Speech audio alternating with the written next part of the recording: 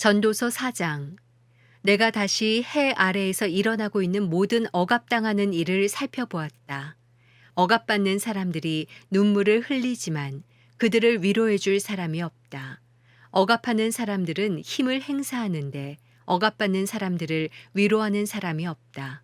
그러므로 이미 죽은 사람들이 아직 살아있는 사람들보다 복이 있다는 생각이 들었다. 그러나 이들보다 더 복이 있는 사람은 아직 태어나지 않아서 해 아래에서 자행된 온갖 악을 보지 못한 사람이다. 또 나는 모든 노력과 모든 성취가 결국 이웃을 시기하는 마음에서 비롯된 것임을 깨달았다. 이것 또한 허무하고 뜬구름 잡는 일이다. 어리석은 사람은 팔짱을 끼고는 자기 몸만 축내는구나. 한 손에만 가득하고 평안한 것이 양손에 가득하고 고통과 번뇌가 있는 것보다 낫다.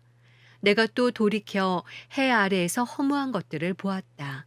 혈혈단신으로 아들도 형제도 없는 사람이 있는데 그는 끝도 없이 열심히 수고한다. 그러나 쌓여가는 재물도 그의 눈에는 도무지 흡족하지 않고 내가 누구를 위해 이렇게 열심히 일하나 내 영혼이 왜 이렇게 누리지도 못하고 있나라고 말하지도 않으니 이것 또한 허무하고 비참한 일이다. 하나보다 둘이 더 낫다. 둘이 함께 노력하면 더 좋은 결과를 얻기 때문이다. 넘어지게 되면 하나가 다른 하나를 일으켜 줄 수 있다. 그러나 혼자여서 넘어져도 일으켜 줄 사람이 없으면 얼마나 불쌍한가. 또 둘이 함께 누우면 따뜻해지지만 혼자라면 어떻게 따뜻해지겠는가. 혼자서는 질 일도 둘이서는 당해낼 수 있으니 세 겹줄은 쉽게 끊어지지 않는다. 남의 말을 받아들일 줄 모르는 늙고 어리석은 왕보다는 가난해도 지혜로운 청년이 100번 낫다. 그런 청년은 감옥에 있다가도 나와서 다스릴 수 있다. 그가 그 나라에서 가난하게 태어났어도 말이다.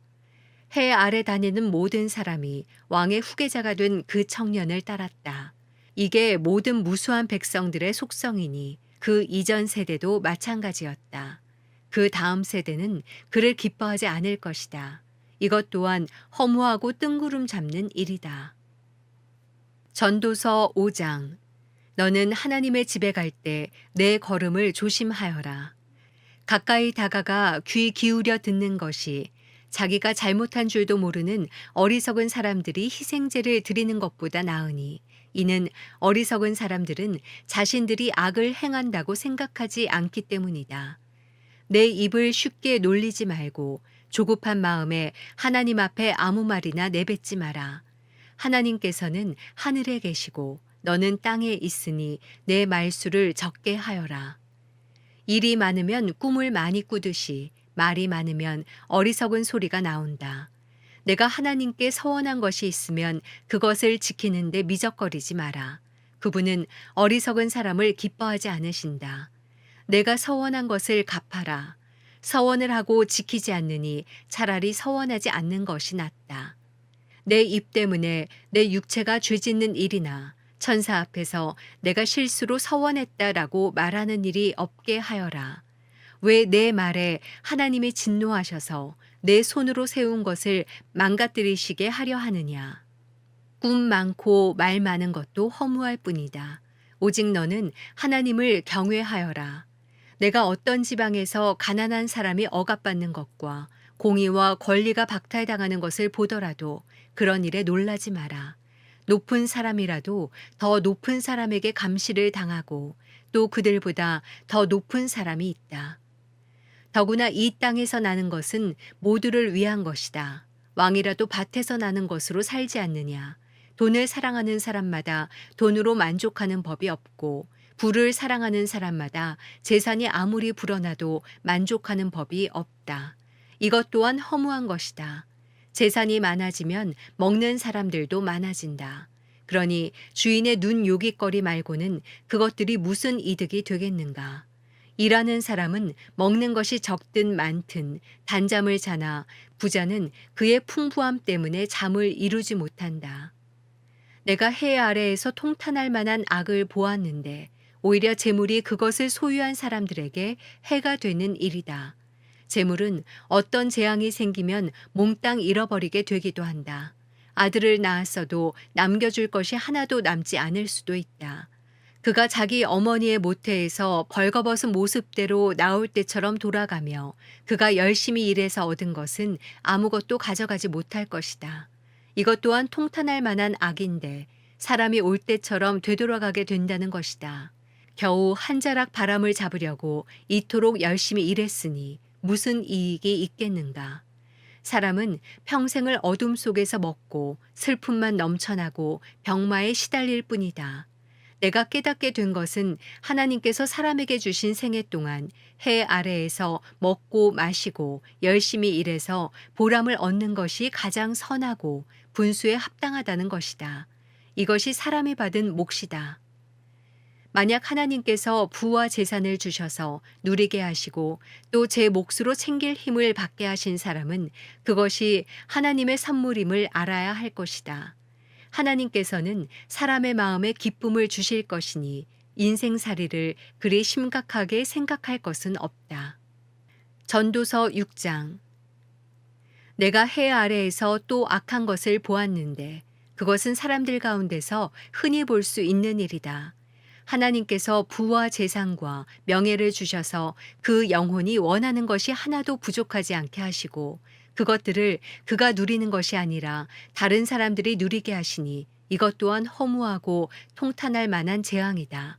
사람이 100명의 자녀를 두고 장수할 수 있지만 그가 아무리 오래 살아도 그 영혼이 평안함을 누리지 못하고 제대로 묻히지도 못한다면 차라리 사사나가 그보다 더 낫다.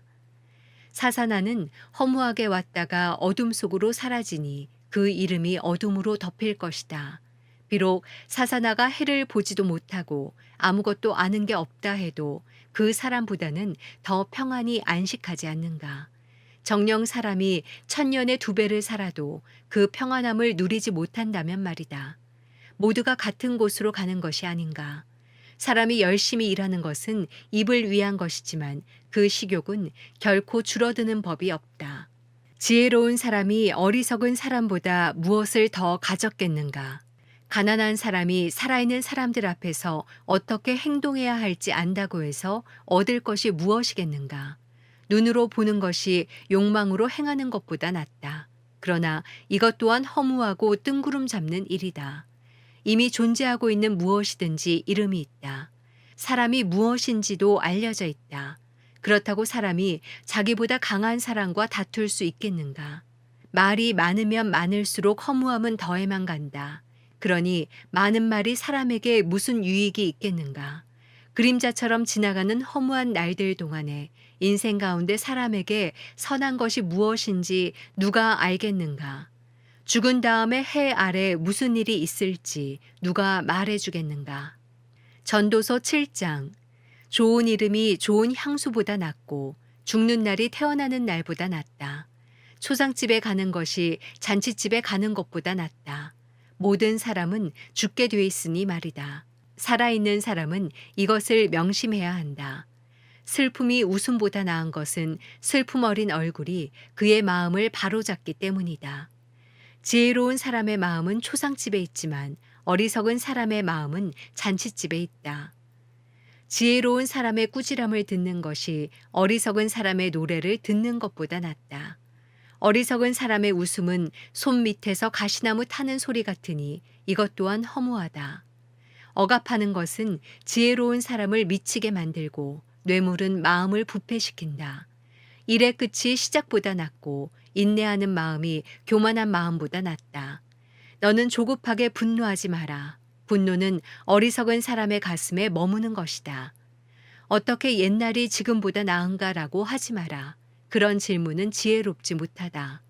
지혜는 유산처럼 좋은 것이다. 해를 보는 사람이라면 지혜의 덕을 보지 않는 사람이 없다. 돈이 방패막이가 되듯 지혜도 방패막이가 된다.